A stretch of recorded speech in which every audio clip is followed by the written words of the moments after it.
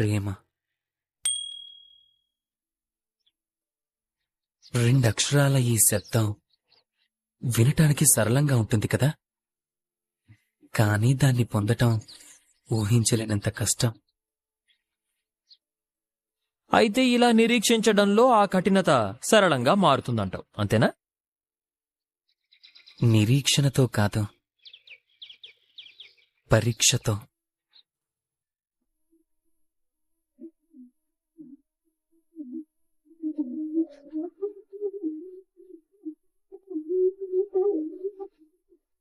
ఏ వస్తువునైనా సరే బంధించటానికి ఒక బంధనం గాని,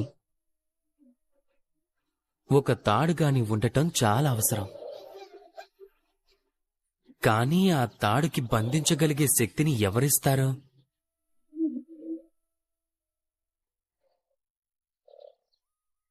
ఇవిగో ఈ దారాలు. వీటితో ముడిపడే తాడు తయారవుతుంది.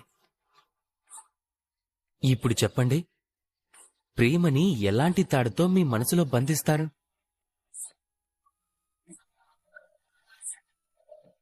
ప్రేమ బంధించబడేది విశ్వాసంతో. ఆ విశ్వాసమనే తాడు యొక్క ఆధారం సత్యమనే దారాలతోనే ఏర్పడుతుంది. ఇక్కడ ఉత్పన్నమయ్యే ప్రశ్న ఒక్కటే, సత్యం అంటే ఏంటి? సత్యం మన కళ్ళతో చూసేదా? సత్యం అంటే మనం ఆలోచించేదా? లేదు. మనం దేన్నైతే విశ్వసిస్తామో అదే అసలైన సత్యం. విశ్వాసం అంటే కూడా అదే. దేన్నైతే మనం సత్యమని భావిస్తాము. వాస్తవంలో సత్యం మరియు విశ్వాసం ఒకే నాణానికి ఉండే రెండు ముఖాల్లాంటివి. ఎక్కడ సత్యం ఉండదో అక్కడ విశ్వాసం కూడా ఉండదు. ఎక్కడైతే విశ్వాసం ఉండదో అక్కడ సత్యం తన అస్తిత్వాన్ని కోల్పోతుంది. ఎవరైనా సరే సత్యం తెలుసుకోవాలనుకుంటే విశ్వాసం ఉంచండి. లోకమంతా ప్రేమమయం అవుతుంది. అప్పుడు మనసు ఆనందంతో చెప్తుంది, రాధా కృష్ణ.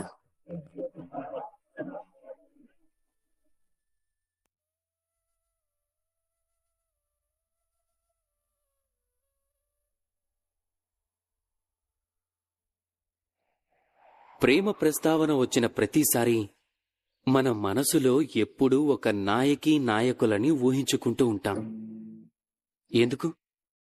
మీ విషయంలోనూ ఇలాగే జరిగిందా? కాని ప్రేమంటే కేవలం నాయకీ నాయకుల ఆకర్షణ బంధమేనా? కాదు. ప్రేమ పరివారంపై కలగచ్చు, తల్లిదండ్రులు సోదరీ సోదరులపై కలగచ్చు, బంధుమిత్రులపై కలగచ్చు, దేశంపైన జన్మభూమిపైన కూడా కలగచ్చు, మానవత్వంపై కలగచ్చు, అలాగే ఏదైనా కళపై కూడా కలగచ్చు, ఈ ప్రకృతిపైన కలగచ్చు. కాని ప్రేమ ఎప్పుడూ ఆ మనసు పలకంపై నిలవలేదు. దేనిపై అయితే అంతకుముందు పూర్తిగా రాయబడి ఉంటుందో. నిండి ఉన్న కుండలో మళ్లీ జలాన్ని ఎలాగైతే నింపలేమో అలా.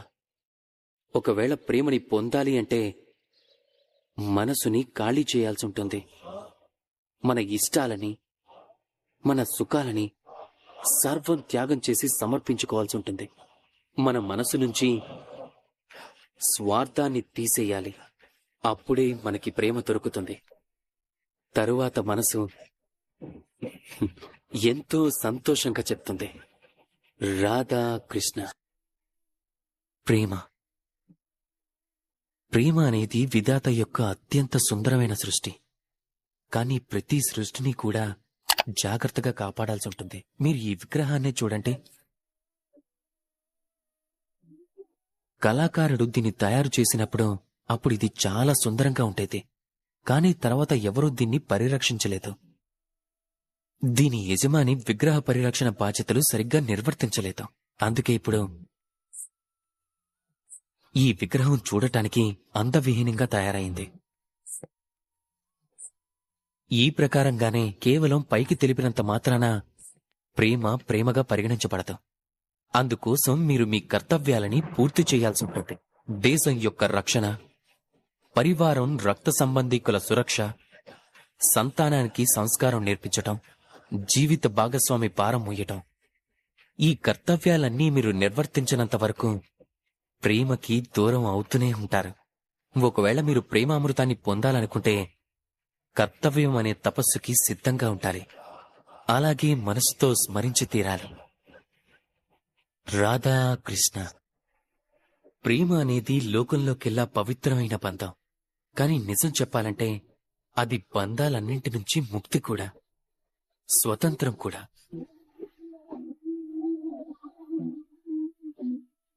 అర్థం కాలేదా? వివరంగా చెప్తాను. ఒకవేళ ఎవరైనా మీ ప్రేమని కాదు అంటే, ఎవరైనా మీ ప్రేమని అర్థం చేసుకోలేకపోతే అప్పుడేం చేస్తారు? కొందరు ముభావంగా మారతారు. కొందరు మోసం చేసి ప్రేమను దక్కించుకోవాలనుకుంటారు. కొందరు బలవంతంగా ప్రేమపై అధికారం చెలాయించాలనుకుంటారు. కానీ నిజమేమిటంటే మీరు ప్రేమించిన వాళ్లంతా మిమ్మల్ని ప్రేమించాలన్న నియమమేం లేదు. ఎందుకంటే ప్రేమ అనేది ఒక వస్తువు కాదు. అది రాజ్యమో లేక ధనమో కాదు బలవంతంగా మీ సొంతం చేసుకోవటానికి. ప్రేమంటే ఒక శక్తి.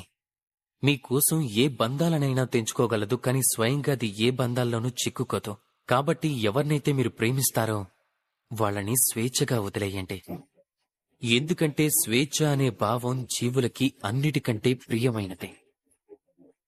మీ ప్రేమ స్వచ్ఛమైనదే అయితే అది తప్పకుండా గెలిచి తీరుతుంది. అంతవరకు నిస్వార్థ భావంతో ప్రేమించండి. స్వార్థం తొలగిపోయిందంటే అప్పుడు ప్రేమ మీ సొంతం అవుతుంది. దానితో మనసు ఆనందమయమై అంటుంది, రాధా కృష్ణ. భయం భయం అందరిలోనూ ఉంటుంది.